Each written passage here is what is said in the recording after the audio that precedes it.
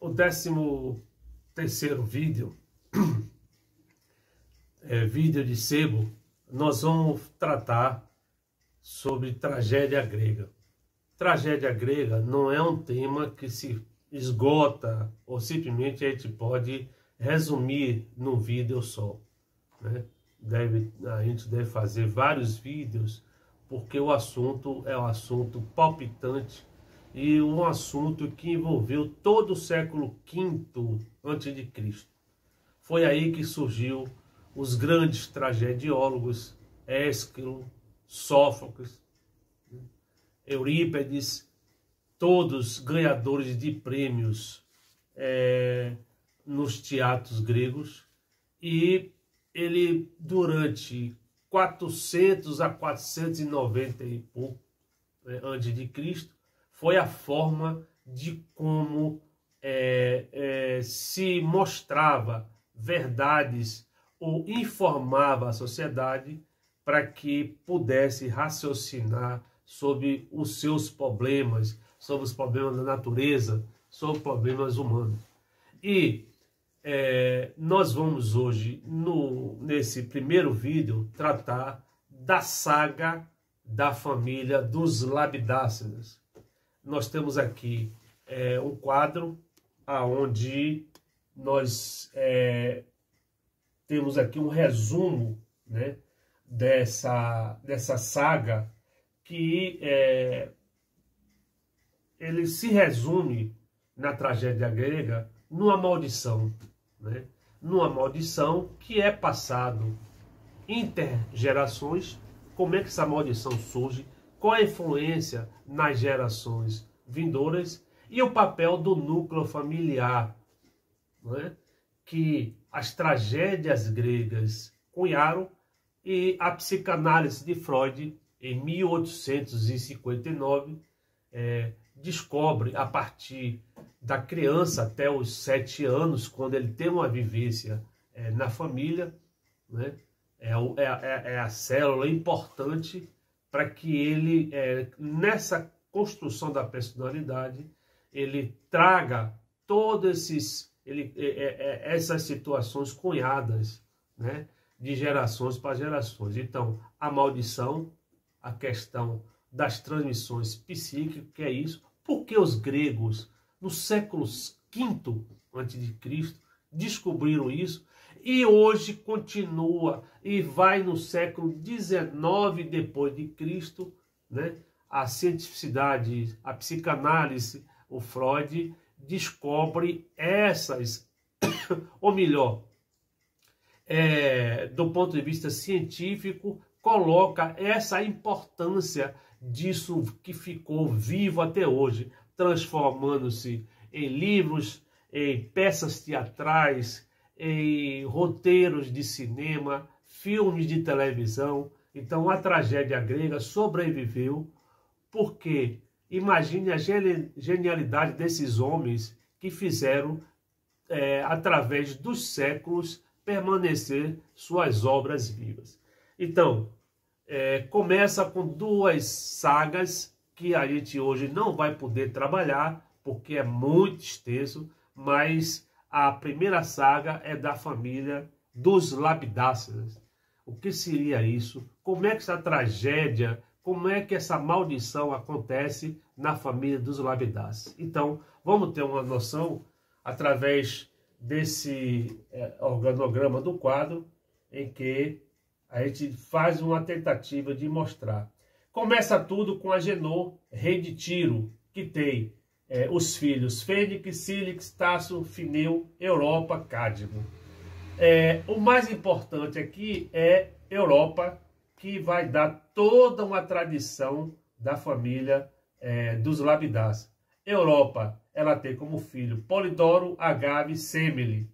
Semele é casada com Zeus. Zeus é uma divindade mitológica na Grécia.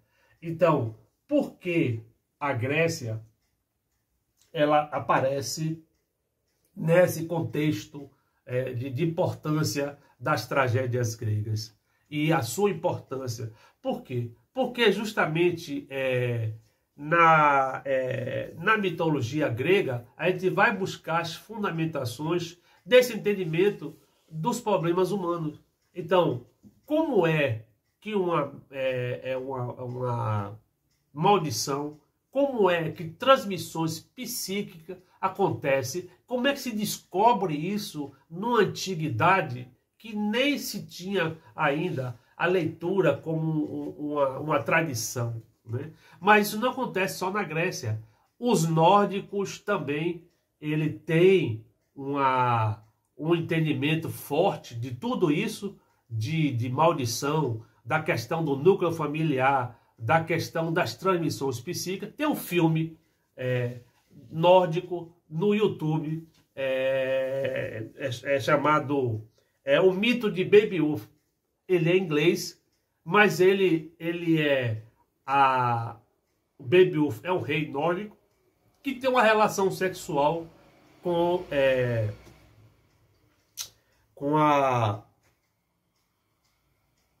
o demônio das águas. Esse demônio das águas, ele é feito por Angelina Jolie, né? Uma artista famosa, foi esposa de Brad Pitt, né? Angelina Jolie, que tem um filho. E esse rei, tá no YouTube, o rei, ele abandona o filho.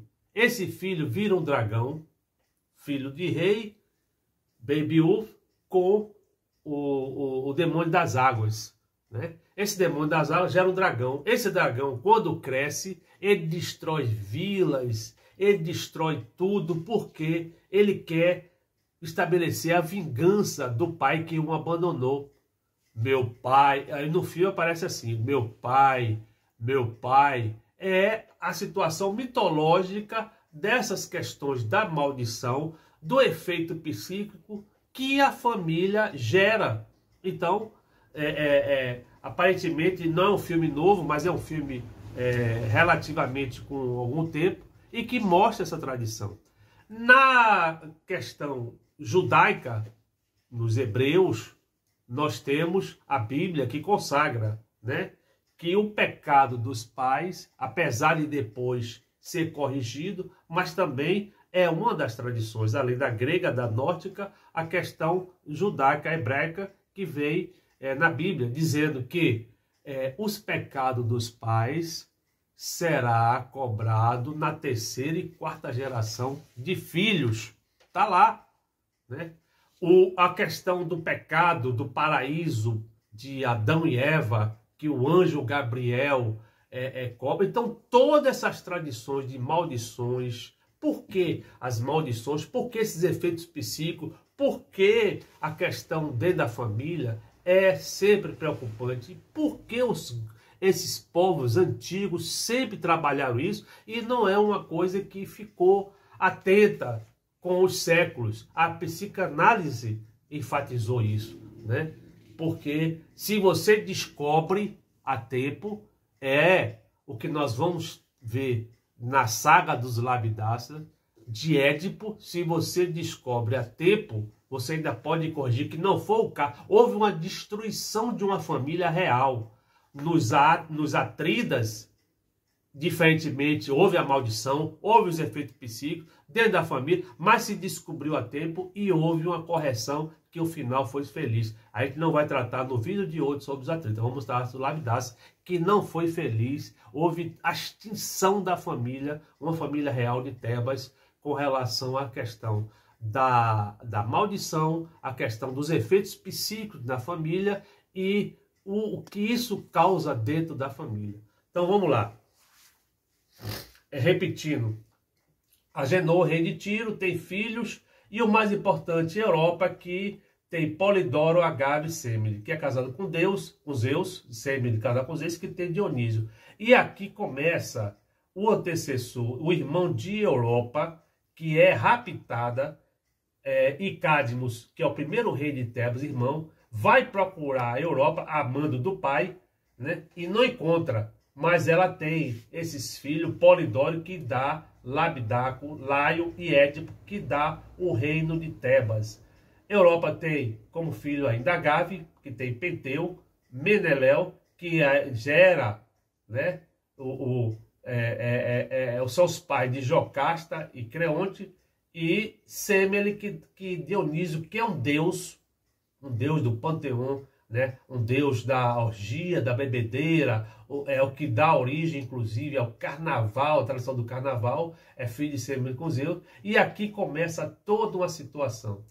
Antecessor, o pai, Cadmo, ele ao procurar Europa, ele mata o dragão de Ares, e aqui começa a maldição. Ao matar o dragão, Cadmo matar o dragão de Ares, ele atrai para si toda uma maldição de Ares, que era um deus também grego, um deus da estratégia, da guerra. Então Cadmo mata o dragão de Ares para fundar Tebas.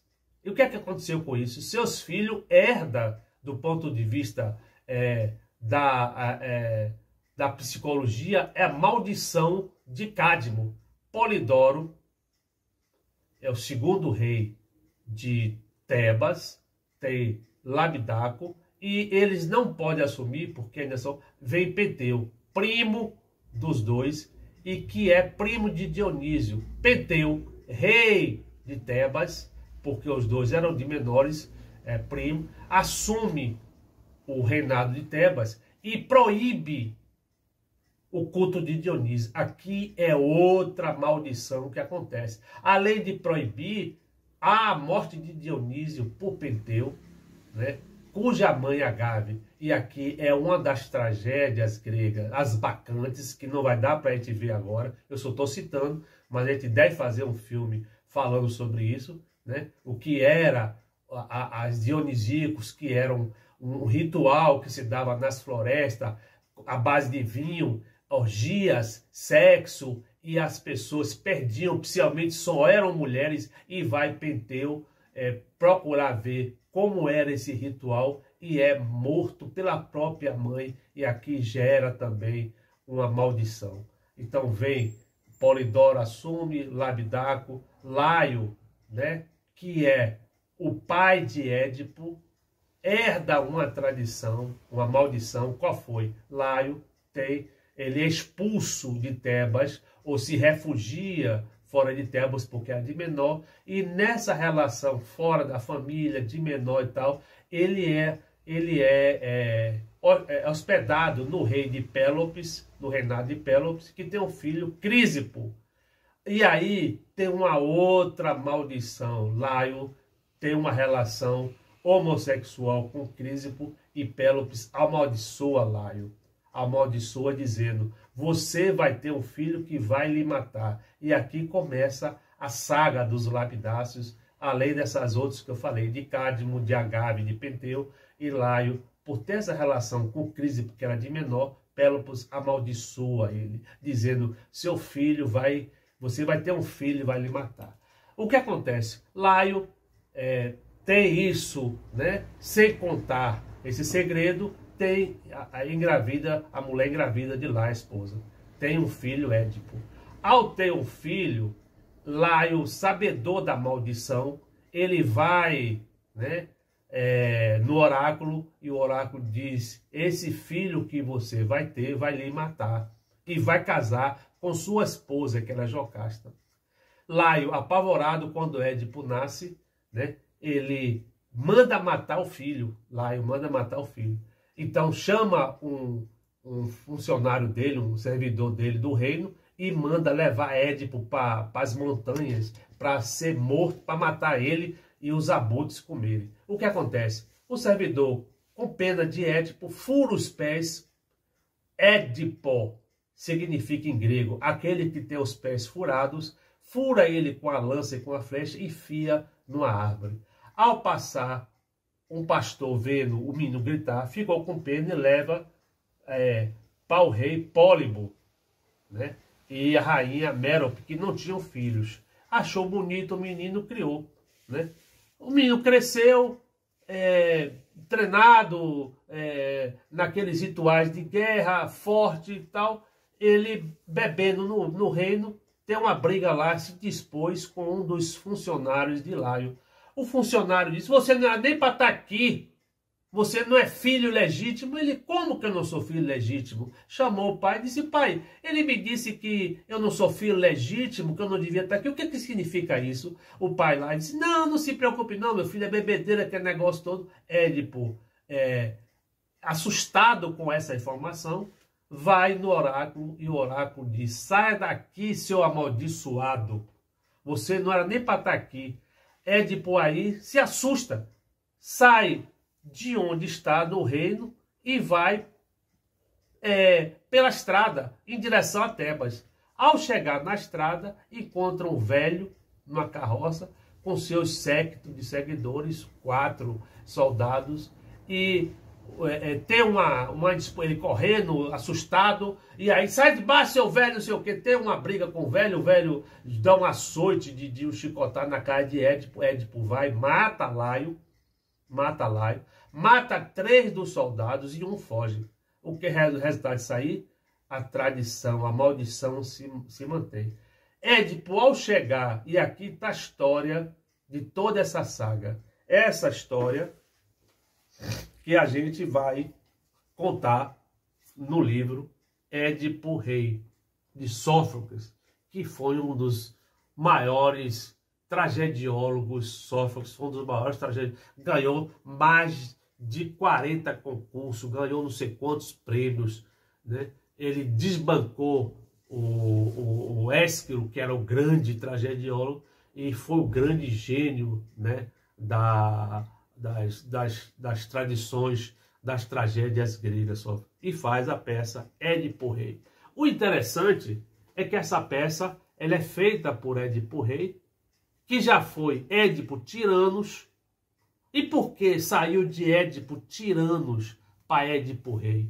Porque é o seguinte, na tradição Tiranos era aquele que obtinha o reinado pela força, aquele que obtinha o poder pela força, não era legítimo. E o rei era aquele que era legítimo de sangue.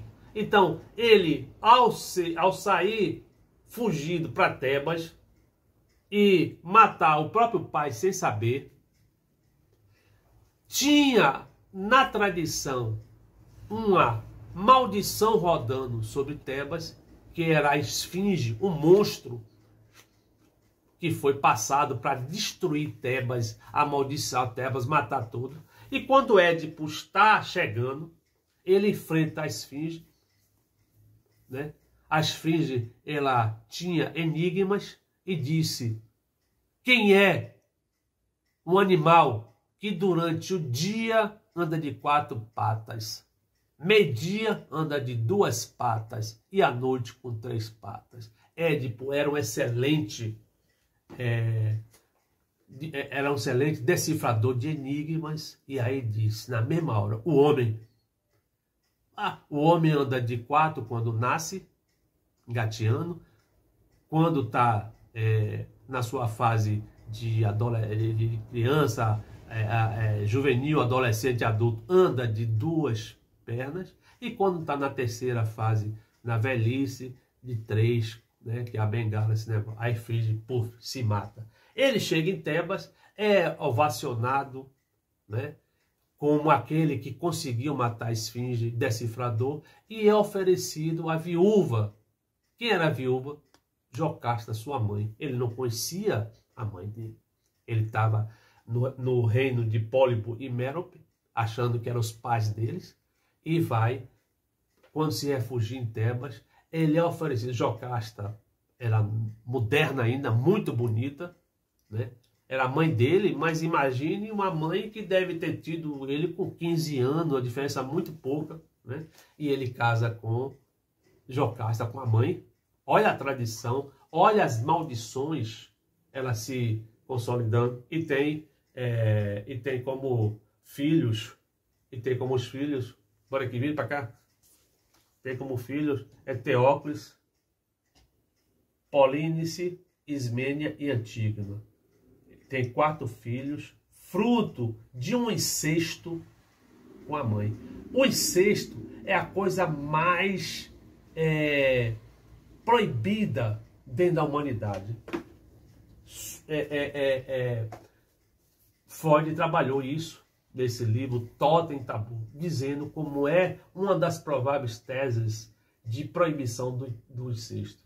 Um pai na tribo original tinha o domínio de todas as mulheres e foram mortos pelos filhos para dividir as mulheres, e houve um acordo entre os filhos e irmãos para que não pudesse matar um outro por causa de mulheres e não podia cruzar o filho com as mesmas mulheres da tribo. Foi assim a proibição, o entendimento do incesto de forma violenta, né? A morte do pai original das tribos pelo domínio da mulher.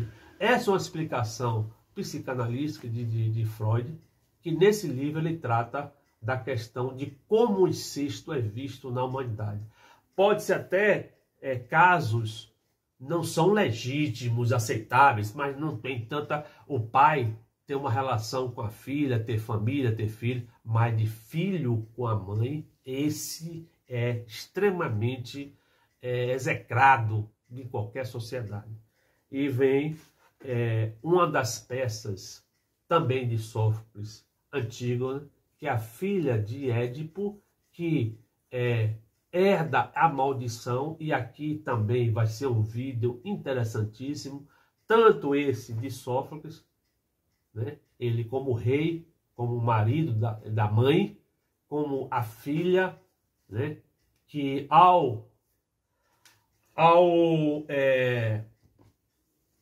ter o Édipo ter esses filhos, aqui tem uma outra peça importante, os 7 contra Tebas, né? Em que os 2 irmãos se matam brigando. Os Tebas, ela tinha 7 portões, e foi um acordo que Édipo deixou, né? Que um filho assumisse o reinado por cada ano. Eteócles assume, não quer passar depois de um ano por outro irmão, e aqui aqui tem uma tragédia, eliminando os 2. Eles se matam brigando nos portões de Tebas, os 7 contra Tebas. É outro vídeo, é outra peça. Nós temos aqui a Bacantes, né? Que é a morte de Dionísio por Penteu, pela própria mãe de Penteu, que mata o sobrinho. Nós temos aqui a de Édipo, que eu já mostrei, com o casamento da própria mãe, e os 7 contra Tebas de Teócles e Polinice. E tem a peça Antígona, que é extremamente polêmica e importante. Então, esse vídeo é para mostrar a importância da maldição na tragédia grega, a questão das transmissões psíquicas que acontecem, e foi essa saga dentro de uma família tebana escolhida por Sófocles para se tornar uma das peças mais lidas, mais comentada, mais dramatizada, mais vista de todos os tempos. Então, esse vídeo ele tem esse papel de começar, dentro da tragédia grega, essa situação da maldição, os efeitos psíquicos intergeracional e o papel do núcleo familiar, porque muitas dessas questões são escondidas no núcleo familiar, não são descobertas, e a gente não acha que simplesmente 9 meses de uma mãe passando ali o filho, aquecendo, comida, aquele negócio todo, mas também tem as questões da mente que estão ali sendo transmitidas, aquela coisa do avô que ninguém quer comentar porque foi trágica, aquela coisa do tio. Então isso é que são as transmissões psíquicas que a gente vai ver nos próximos vídeos.